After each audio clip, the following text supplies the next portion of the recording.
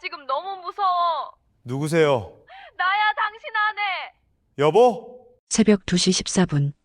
끊길 듯 떨리는 목소리가 전화기 너머로 들려왔습니다. 정우는 그대로 얼어붙었습니다. 왜냐하면 그 전화는 3년 전에 죽은 아내에게서 걸려온 전화였기 때문입니다. 당신 살아있는 거야? 전화기 너머에서 거친 숨소리가 들렸습니다. 그리고 아주 작은 목소리로 절대 경찰 부르지 마. 그 순간 전화가 끊겼습니다. 정우는 멍하니 휴대폰만 바라보았습니다. 3년 전 아내 서연은 바다 절벽 아래에서 차량과 함께 발견됐습니다.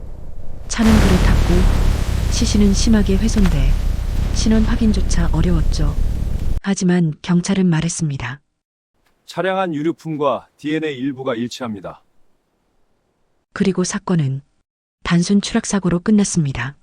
정우는 그날 이후 무너졌습니다. 아내를 잃고 하루아침에 혼자가 되었죠. 그런데 죽은 아내가 전화했다고요?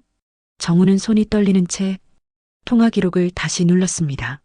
하지만 연결되지 않았습니다. 없는 번호였습니다. 정우는 밤새 한숨도 자지 못했습니다. 그리고 다음 날 아침 집 우편함에서 이상한 봉투 하나를 발견했죠. 보낸 사람은 없었습니다.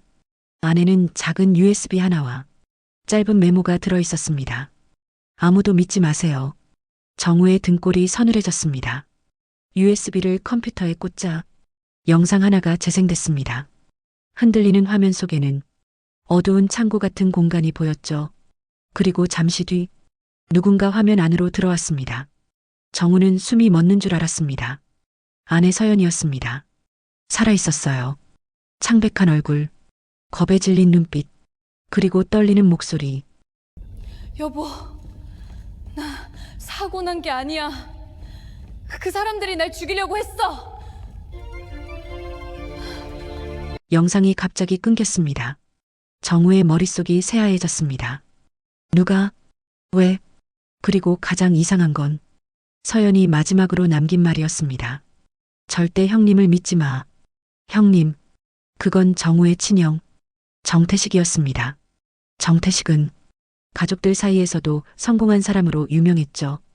대형 요양병원 체인을 운영했고 언론에도 자주 나오는 인물이었습니다.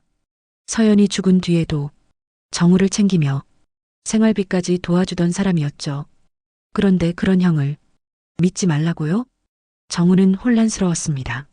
하지만 더 이상한 일이 바로 그날 벌어졌습니다. 저녁 무렵 형 정태식이 갑자기 집으로 찾아온 겁니다. 정우야, 얼굴이 왜 그래? 정우는 순간 USB를 뒤로 숨겼습니다. 형은 평소처럼 웃고 있었지만 이상하게도 그날은 눈빛이 달랐습니다. 정우는 애써 태어난 척 물었죠. 형, 혹시 서연이 죽음에 대해 생각해 본 적 있어? 갑자기 그 얘긴 왜? 죽은 사람은 보내줘야지. 형은 억지 웃음을 지었습니다. 그리고 돌아가려다 현관 앞에서 멈췄습니다. 정우야, 요즘 이상한 연락 와도 절대 믿지 마. 정우의 심장이 철렁 내려앉았습니다. 아직 아무 말도 안 했는데 형은 어떻게 안 걸까요? 그날 밤 정우는 잠들지 못했습니다. 그리고 새벽 1시쯤 집 초인종이 울렸습니다. 띵동. 인터폰 화면을 켜는 순간 정우의 얼굴이 하얗게 질렸습니다. 후드 모자를 눌러 쓴 여자가 고개를 숙인 채 서 있었죠. 그리고 천천히 고개를 들었습니다. 서연이었습니다. 정우는 미친 듯이 문을 열었습니다. 소연아! 하지만 문 밖에는 아무도 없었습니다. 대신 바닥에 핸드폰 하나만 떨어져 있었죠. 잠금도 걸려 있지 않았습니다. 갤러리를 열자 사진 수십 장이 나왔습니다. 병실 사진, 주사 사진, 노인들 사진, 그리고 정우의 형, 정태식 사진. 정태식이 어떤 노인에게 약을 먹이는 장면이 찍혀 있었습니다.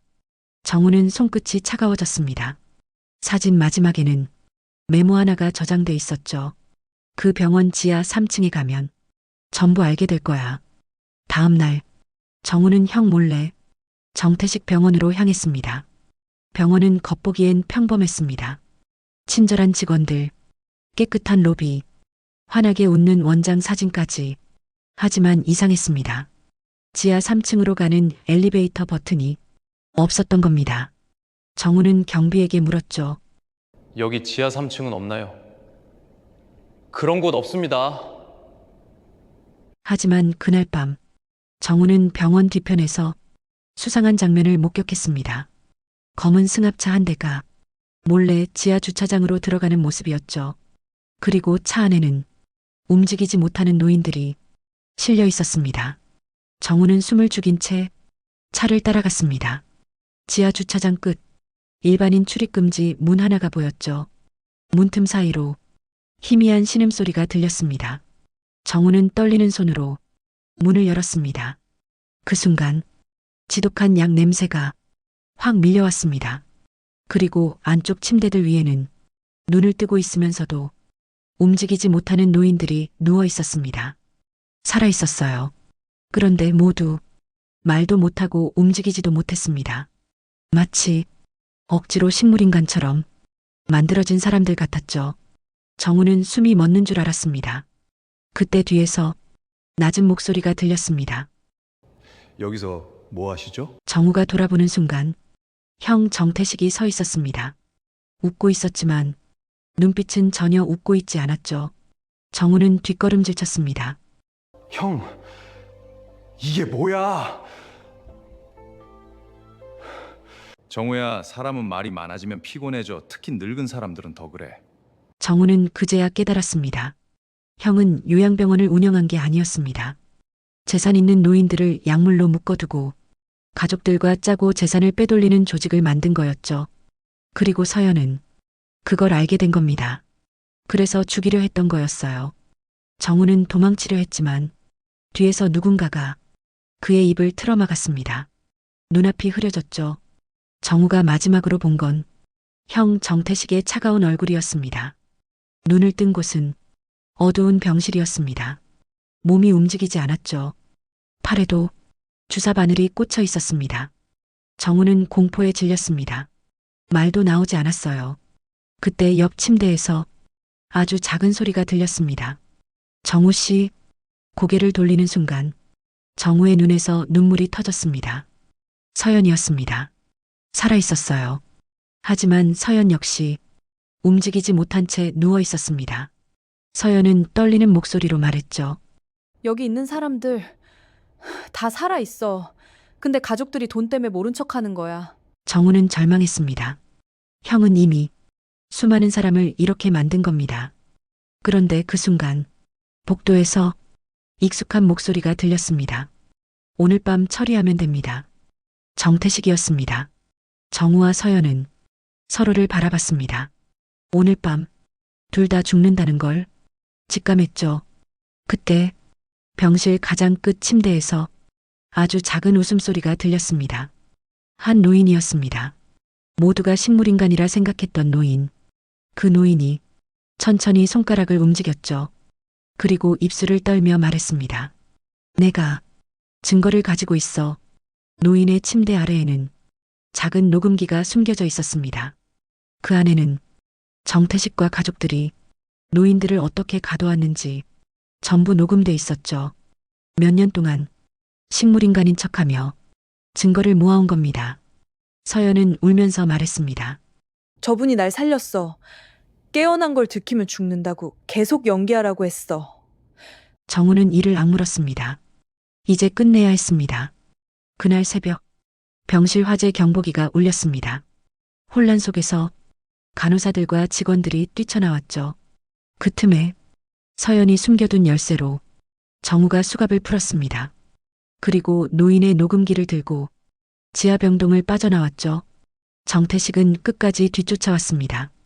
주차장 끝에서 형제가 마주섰죠. 정태식은 웃었습니다. 세상 사람들이 누굴 믿을 것 같냐? 성공한 병원장일까? 아니면 정신 이상자 소리 듣는 네 말일까? 그때 뒤에서 경찰 사이렌 소리가 들렸습니다. 서연이 미리 예약 발송해둔 녹음 파일이 언론과 경찰에 동시에 전송된 겁니다. 정태식 얼굴이 처음으로 무너졌습니다. 그리고 몇 달 뒤 사건은 전국을 뒤흔들었습니다. 요양병원에 숨겨졌던 노인들, 약물 조작, 재산 갈취, 가짜 식물인간 관리까지 모든 게 밝혀졌죠. 정태식과 관련 가족들은 전부 구속됐습니다. 그리고 어느 봄날 서연은 재활치료실 창가에 앉아 햇빛을 바라보고 있었습니다. 정우가 물었죠. 좀 어때? 서연은 천천히 웃었습니다. 무서웠지만 끝까지 살아있으려고 버틴 건 잘한 것 같아. 정우는 말없이 서연 손을 꼭 잡았습니다. 가장 무서운 건 낯선 사람이 아니라 가족이라는 이름으로 곁에 있던 사람이었는지도 모릅니다. 그리고 세상에는 지금 이 순간에도 돈과 욕심 때문에 누군가의 인생을 조용히 무너뜨리는 사람들이 존재합니다. 오늘 이야기가 여러분 마음에 조금이라도 남았다면 구독과 좋아요로 다음 이야기에도 함께 해주세요. 그리고 여러분 주변의 소중한 사람들에게 오늘 한 번 더 따뜻하게 대해주시길 바랍니다.